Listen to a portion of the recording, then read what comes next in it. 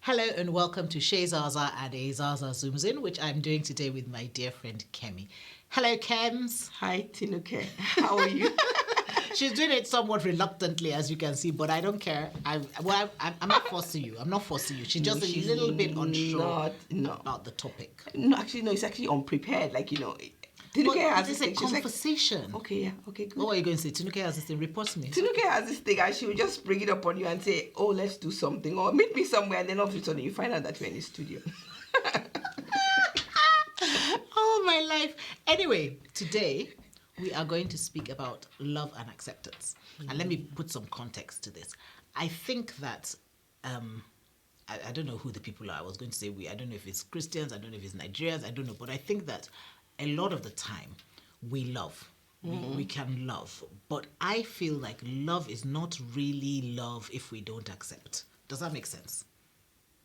I feel like sometimes we love. Okay, maybe what I'm saying is that the love is conditional until we accept. Maybe that's what I'm saying.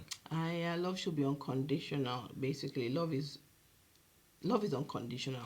It should be. It isn't always. It should be, and that's what I think. And I think that if you don't accept a person, then you're suddenly putting conditions on it, like when you do this, when you become that, then I will love you. You know what I mean? So I think that's where I'm coming from. And let me give you some context. I was having a conversation with a friend of mine, and I literally said that. I said, I feel like beyond love, that yes, we must love, but beyond love, and to really love, you have to accept. That's what I said. I just said it matter of factly. And she was like, oh my God.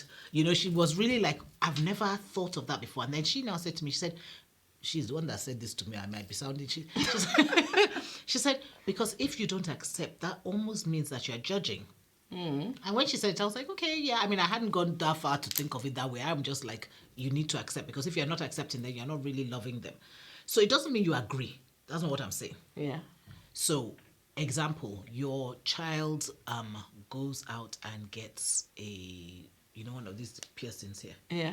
That you are completely against. And comes home.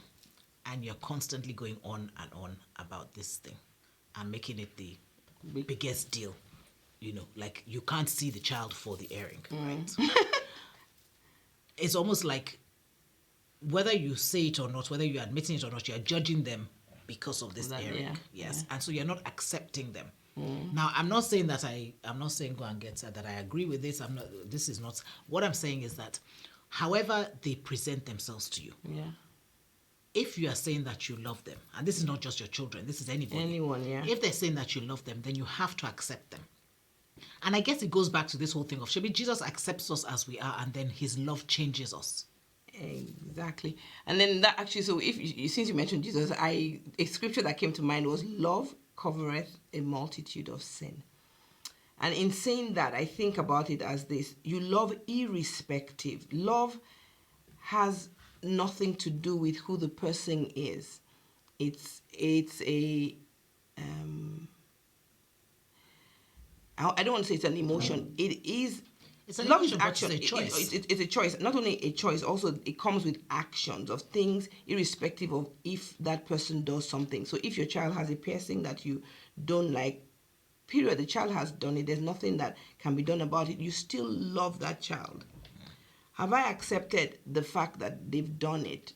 I guess there's so much baggage behind that. Is that did they do it in violation or in rebellion to you saying no? So we have to remove that from it. But the fact is that you should still love your child, even though they have done that. You know, because think about it. If that child was in a situation post the airing, will you still stand in the gap as a parent for that child? So, yes, but I don't even know if, because you've taken it one stage further. Yeah. Because I don't even know if, so yes, I think you still love your child, but is the child going to feel your love? I think it's more the issue. Do you understand? Because I don't think that the child piercing their ear is going to stop you loving them. The child, yeah. But are they going to know that you love them because of the way you keep criticizing or the way you keep pulling? Do you understand what I mean? And I think maybe I shouldn't have used a child, because I think that's a different bond and you are probably always going to love the child anyway. Yeah. But, I just feel like, okay, so your friend does something that you think you're totally against. Okay. You know what I mean? Yeah. Are you going to now... and it's a hard one, because I feel like even in loving, and I think I've said this on here before, where you can love someone from afar. Yes. So you can love them and accept them, but you don't have to be close to, you know, like, so if your friend is doing something that you really actually feel like cannot be a part of this, you might want to distance yourself. So I'm not saying that, you know, you have to, but I do feel like that thing of acceptance is the missing key in a lot of our love. Yeah. So and if we bring it to friendship side, my mom said something to me a while back, and she says it. I'm going to say it in Yoruba because that's what she said it. I'll translate it. She says, "Mowa foniwa lore, iwa jowa unshore," meaning knowing someone for who they are, which is also accepting them. That's what friendship is about. It's not like, oh, we're kind of alike. If the person doesn't do exactly as I want the person or misbehave, then that person is really not my friend. If our character is not the same, we don't have to have the same character, which obviously comes to the fact that we don't have to be doing the same thing, and we don't have to go to the same church, we don't have to have the same dress style, you know. That is friendship, when you know the person's character and you're still friends with the person. So that's accepting the person for who they are. So I will give an example. I have this very good friend of mine who is always late. Always late. And it used to really piss me off. Actually, so it was actually at my wedding that my mom said this to me, because she had missed her flight and she was bringing things for me, but she already had plans that, oh yeah, I'll miss this flight, I'll catch the other flight. So it was part of her whole scheme. She's always late anyway. So once my mom said that to me, actually I came to realize this thing that, look, I love my friend, irrespective of her being late. Our friendship doesn't have to revolve around her lateness. There are things that you can do about that. So I remember once when my daughter was 1, we always used to say, okay, do you know what? We'll give a different invitation. We're going to give her this time and she'll have this. But you know the funniest thing, this is how fantastic it was. She knows herself and we have accepted her. And so what did she do? She came and spent the night. She came the day before. And I guess, you know, your friendship comes and has already grown to that extent where you know each other and you accept the person to who they are. Like, so for example, this lateness thing, you know, for a long time, it was always butting heads about it. But when my mom said that to me, I was like, okay, do you know what? When it comes to tardiness, that is her weakness.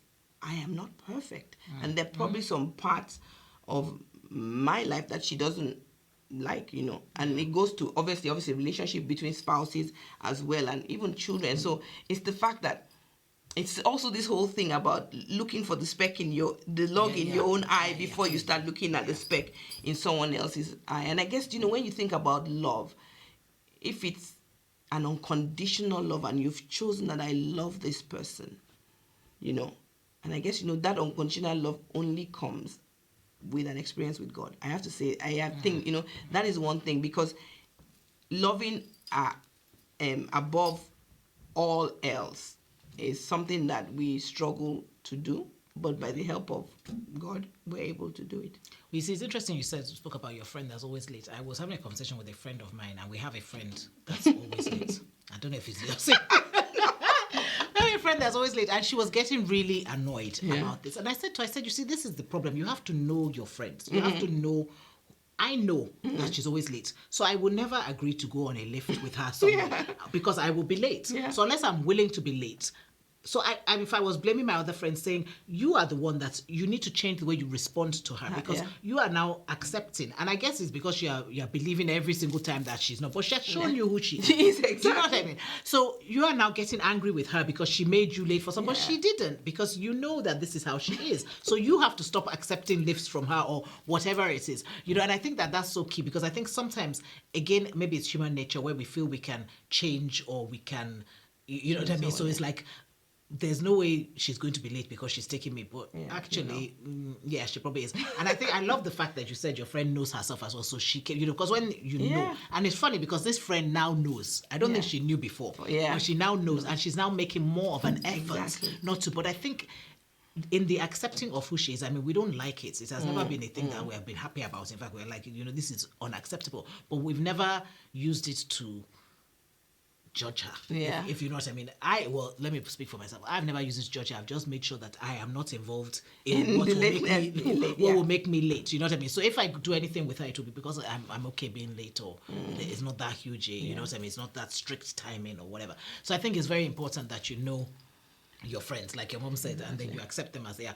But how easy is it to accept? Are you saying that this is only with Jesus? No, I think sometimes it's this conversation, communication about, people will see something that they don't accept in someone, and they will not tell that person. They will tell someone else, or they will be thinking and pondering over it, and it gets you annoyed, and so your reaction to that person, it will always be negative, even though you love the person. So it now seems that you haven't accepted them for whatever reason, but you haven't communicated what you don't like. Okay, so I don't like the fact that you're late, or I don't like this, or I don't like that, and you've had this conversation about it, and that person knows.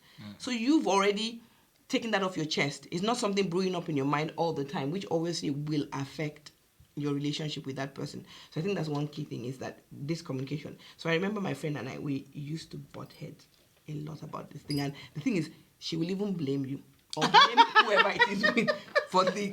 But when we had this conversation, I remember we had this conversation about, you're always late and everything, and it was like a blowout.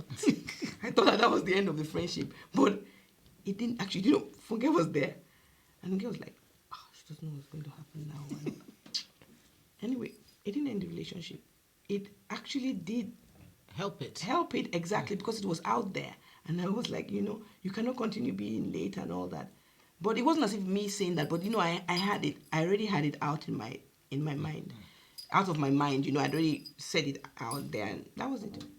But I think also when you say, so for example, you've said it. So even if she's going to be late, she's going to respect you. Like maybe she will let you know she's going to be late, or maybe she's going, it changes the dynamic of where they might not necessarily have thoughts about the fact that they know that Tinuke won't like it if I'm late. Let me tell her I'm running late, or let me, you know what I mean? That's because they now know. But if they don't know and it's their norm, exactly, there's no, why are they telling you anything? Because this is what I do all the time. And then you guys don't say anything. And you don't say anything, yes. So it's fine. Everybody's okay with me. Everyone knows me, So, but when you tell the person, because everybody might know you, but when your close friends tell you, or someone that's close to you tells you that, okay, do you know what? This is not right. Like, it has more impact, and then you actually can see. You might see it from their own point of view and think, okay, do you know what, does everybody think this about me? And, maybe you want to change. But you don't necessarily have to change. You might just come to a compromise of how you do things. Okay, I'm not going to take you, I'm not going to give you lifts. Or you say, do you know what, I'm going to be late. You know me, I'm going to be late. So if you're okay with that, fine, It's not going out to change people, unless it's something totally bad about their life. So, for example, let's just say, like body odor. Like body odor, she said. Yeah, like something that you can actually help the person and say, okay, do you know what? Is it because it could be a medical issue, could be, or is it just that you don't use deodorant or something like that? And that you can have a conversation with the person if the person is close to you. I guess that also comes to your topic of interfering or... Yes. No, but I think, it's funny because as you were speaking, I was thinking, okay, I mean, it's funny you should bring up body odor. I was thinking, okay, so if there's someone that is always drunk, I was telling my friend the other day that I'm going to stop saying things out loud, because the last two things that I've said out loud that I would do, God has now tested me by sending what I have said I would, like the situation. And I've just been like, I'm not even saying anything anymore. But when you were talking about body odor, I was thinking, if, for example, I don't want to use a relative, so let me say a friend, because I don't want to use a husband or a relative, because it's a different relationship. But if like a friend of mine, very close friend of mine, is a drunk, now I have a problem with drunks. So when I say I have a problem with drunks, I don't like it. I don't understand why people, you know what I mean? So I'm not, so if, for example, and then they're always thinking of, they're always like, in accepting, so love it, so I actually have a situation where... This is accepting, not condoning. But you see, that's exactly what I was going to say. I feel that accepting is not condoning. It doesn't have to be condoning. It can be condoning, but it doesn't have to be condoning. But you have to be vocal about it. Because sometimes if you're not vocal about it, the fact that you're not judging them or telling them off, they will think that you are condoning it. Do you get what I mean? And so I always say, I'm always like, and I remember this particular friend of mine said to me, he said, oh, every time I ask you to come to the pub, every time you never want to come and everything. And so I said to him, I said, do you want to know why I don't come? And he said, yes. I said, because if I see you drunk, I said, I'm not sure that, I'm okay with you if that's what you want to do with your life. I'm not going to judge you for it. I'm not going to, but I don't want to be a part of that. I don't want to see you, So he was like, oh, but you don't mind. I said, it's your life. You can decide. It's not something I'm going to do with my life. It's not, but I think it really made him understand, because he thought I wasn't going to the pub because I didn't want to be part. I didn't, well, not that I didn't want to, I didn't want to be part of it, but like I didn't like him enough. I didn't, but I was trying to explain to him, it's because I love you that I'm not coming to. Exactly. I don't want to see you in that state, I'm not coming to go from like here to. Well, but then you see, saying that, but then does that mean that I haven't accepted? That is. If respect goes from here to there by seeing it. No, it doesn't mean that you haven't accepted. It's the consequence of his drunkenness. Well, no, I mean, you love him. You've accepted that is how he is. If he continues to want you to come and see him in that state, and the effect of it is that you're going to lose respect for him, if that's the case. Like, obviously, all of a sudden, they're going to be saying, like, gosh, it's true. There's some things you cannot unsee. And, yes. Once you see it, no matter how much you love the person, it could taint your view of the person. Okay, so let's even. That doesn't mean that you haven't accepted the fact that. And it doesn't mean that I've stopped loving him. Exactly. That doesn't mean that's who he is. But then, could that affect the way you see him? Yes, it could. But it doesn't mean that you haven't accepted him. And it doesn't mean that I've stopped loving him. It doesn't. This is what I was trying to get at. That I think that I don't think, because people tend to think that acceptance means that you're condoning whatever they're doing. I just think that acceptance means that, like Jesus Christ, you are saying, come as you are. I love you as you are. I'm hoping that in my presence, maybe you will change. Maybe something will rub off on you, maybe for these particular things. Not because I'm saying I'm Jesus or I'm perfect. But you know what I mean? Like, depending on what it is, maybe you see that actually you can have fun without drinking, or whatever the situation is, that, and they will change. But I think that the moment that you start to, and it's funny because one of my, she's like a little sister of mine, and I remember her saying to me one day, there was some debate going on, and she's not a Christian, and she was trying to, first of all, she was a bit like, let her not say anything because she doesn't want to offend me. There were like 5 girls and they were all talking about something. And then after a while, she said, okay, but Tinuke, you're Christian. They were all against Christianity, whatever it was, not Christianity, but the particular thing. And she said, but Tinuke, you're a Christian. What do you think, And I can't remember my answer, but I answered, and that was it. And we went on to something else. And she called me later in the evening and she said, do you know why I really like your Christianity?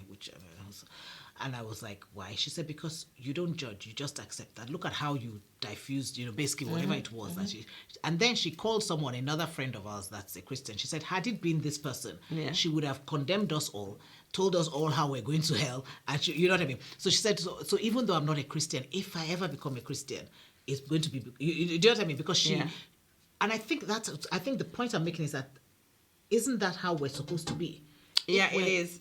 Because, when you think about it, I've been doing a Bible study, and one of the things that we had been seeing is that when Jesus was confronted with things or questions, he did not speak or answer them back with regards to the question that they posed. He spoke to the need and to the heart of the matter.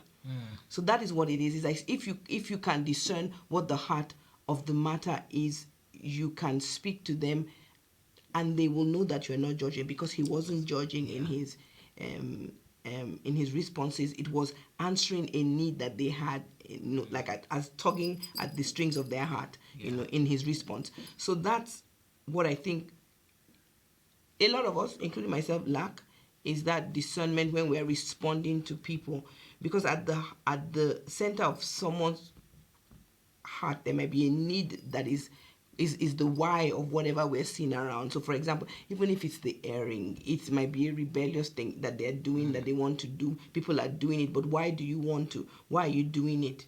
And at the end of the day, you might find out that it doesn't really matter to the child what it is, It's just the fact that I want you to accept me.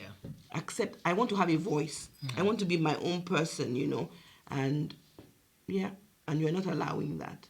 And I think one of the things that really speaks to me is I can't remember who said this to me, but years ago, and it's never left me, where I see everyone, or I try to see everyone as a child of God. And I try to see, like, so for example, this my friend that drinks a lot. I'm always looking at it that this is somebody's son. Yeah. Especially since I became a parent, it was easier for me to identify with that. Okay, this is somebody's son. This is Jesus' son. That one is. I mean, I'm getting better at that, but it's a bit of a further. You know what I mean? Like to actually see, because if you can do that, then it's easier to accept them because you're not looking at them. I guess you're not looking at them through normal eyes. You're looking at them through your own eyes, eyes, which is our own natural eyes, tainted with so many things, our experience, our culture, so many things that really shouldn't come into play. But if you look at it through clearer vision, through the eyes of God, you see someone who is wanting to be loved and accepted. And in accept, when it's like acceptance, it's like saying welcome. You're welcome here, and you're welcome here. Then you start a relationship, and then you get to know the person better, and you know what they need, what they don't need in their life, because it's not all doom and gloom. Oh, I wanted to find, because I remember there was something about the acceptance that I wrote. I want to see, because I sent it to someone. I wrote something about acceptance, and it was something I wrote to somebody that accepted me. But I want to read it out because I feel like it's, where is it? Okay, I'm going to read it out. So it says, you have always encouraged me to reach for the stars and have seen in me things that I don't see, good and bad. You challenge me to go for it and question my hesitation. Your confidence in me gives me wings. Without saying it, you say, you've got this, you can do this, I know you can. Some key decisions in my life have been made following a conversation with you where you lifted me up so I could see what you see. I marvel at the way you accept me without any attempt to change me. It humbles me over and over again, especially since it seems like I'm always trying to change you. You don't just accept me, but you challenge and encourage me without making me ever feel like accepting that challenge or encouragement would change your acceptance of me, even if I didn't accept it. It's like you say, I love you regardless, but you can do it. And when you do, you will feel better about you. If you don't, I still love you. And I think that is so key in the acceptance, because it was that the bit I was trying to bring out is, you accept me without any attempt to change me.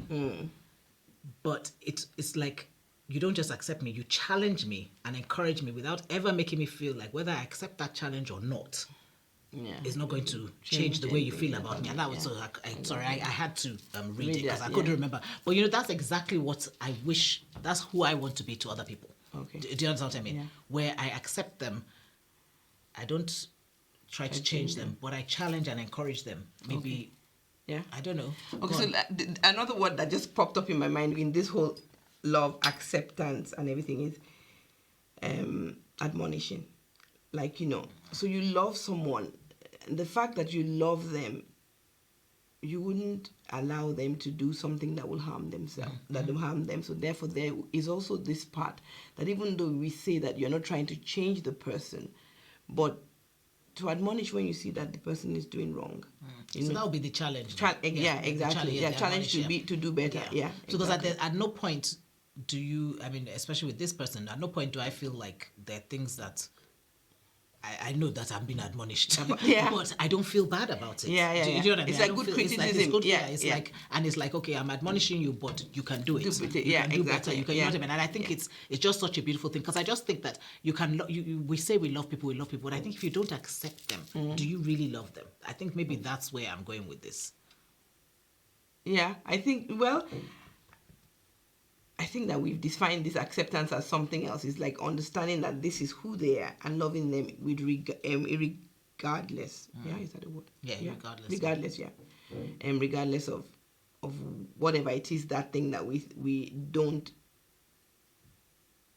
not that we don't accept, but that we don't understand don't necessarily agree with. Yes, exactly.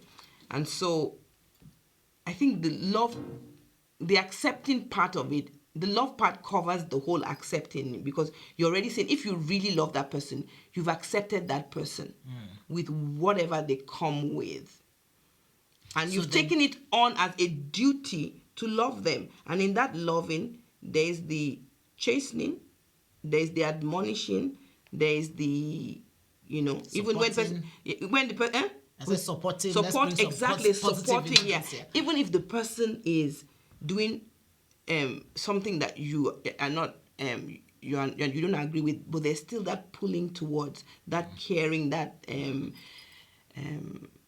warm embrace, empathy towards whatever stage in their life that they're in. Yeah. So basically what she's saying is that so basically that means that they don't love. The ones that don't accept you don't really love. Not that they don't love, they haven't come to understand love completely. Okay, so they don't love properly. No, they don't understand love completely in that... No, but I get that. Love doesn't come with restrictions and boundaries and all that. Love is just loving 100%. Do you know, I know that there's men... I'm speaking to myself, actually. Like, okay, we're running out of time. Yes. So, do you love? Do you accept? Do you think there's a difference? Do you think that you can only love if you accept? Do you think that if you don't accept, it's not really loving? What do you think? Let us know. Follow us on YouTube if you're not already following us. This is a bit of a complicated one, and I think we could go many ways with it. But yes, I firmly believe that, if you really love, you will accept. There's certain things I think that just come with true love. So, if you really love, you give. Love gives. Love accepts. There's certain things that come with love. So I think that acceptance is one of them. But I just thought it was an interesting conversation to have. I hope you've enjoyed it. Rock your own gorgeous.